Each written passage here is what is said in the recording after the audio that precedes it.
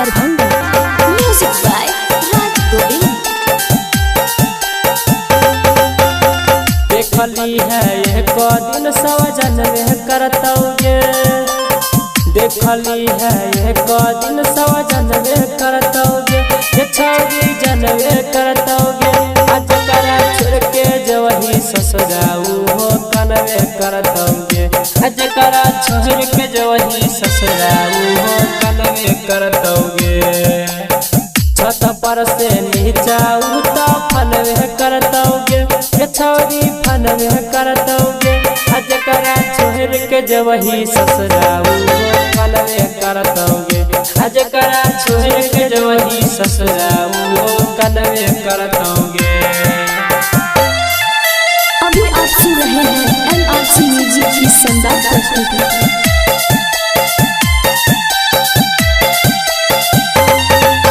Music by Raj Govind. Presented by NRC music Darbhanga. आगे रोतिया भरा जागी गिर जागी, आगे करे रही बहतिया गे। आगे कोई से भूले बही गे रहनिया, रोज धरा कई छतिया गे। मोहर के उपाय कोनो अलवे करतौगे, के छौरी अलवे करतौगे। आज करा छोड़ के जवही ससुराऊ हो कनवे करतौगे, आज छौरी छोड़ के जवही ससुराऊ हो कनवे करतौगे।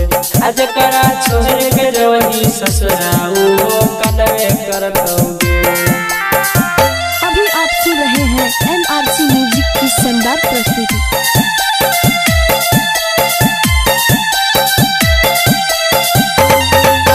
Music by Raj Govind. Presented by NRC music Darbhanga.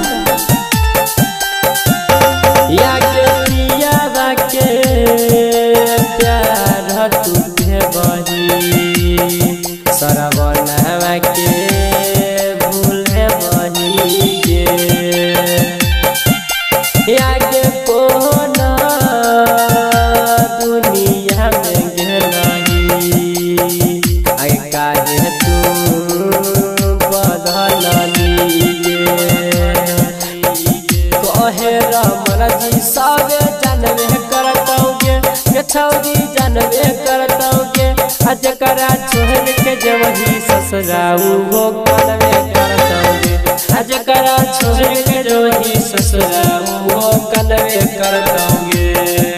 Presented by NRC music Darbhanga.